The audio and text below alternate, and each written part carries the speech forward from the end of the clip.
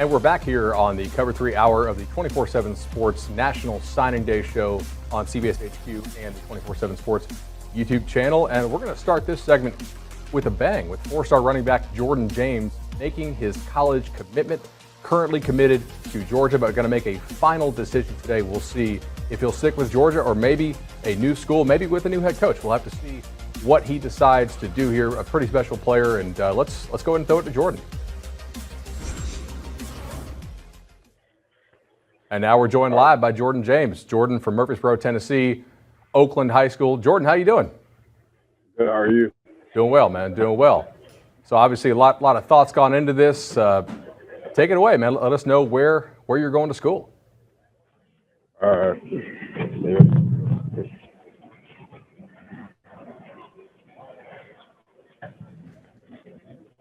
I want to start off by giving the glory to God, the man above, because I would be nothing if it wasn't for him. Next, I want to thank my family for sacrificing and supporting me and keeping my head on straight. I want to thank Oakland football, my coaches, my teammates for pushing me every day to become a better person and a better man. I want to give special thanks to Deion Giddens, Coach DeJuan Sharp, Brandon Taylor, and Coach Marcus Bryson for training me and pouring into me. Lastly, I want to thank all the coaches that believed in me enough to give me the opportunity to play the game I love at the next level. And with that being said,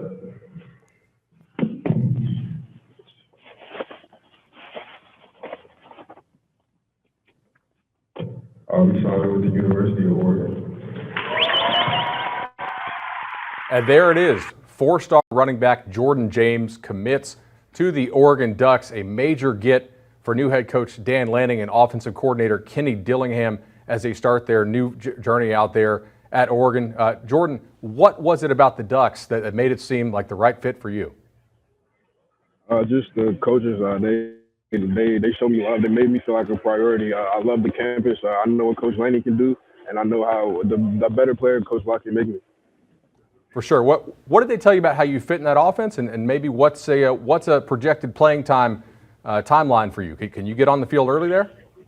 Yeah, early for sure. That's something they stress too. That I'll be able to get on early, play early. And, they do a lot of stuff with their backs. They out the backfield, they inside zone, outside zone, counter powers, everything. So I just fit into that. Awesome. Before we go, anybody you want to thank?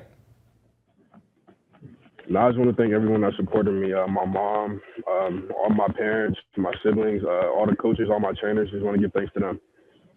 Hey, Jordan, really appreciate you joining us and announcing your commitment on CBS Sports HQ.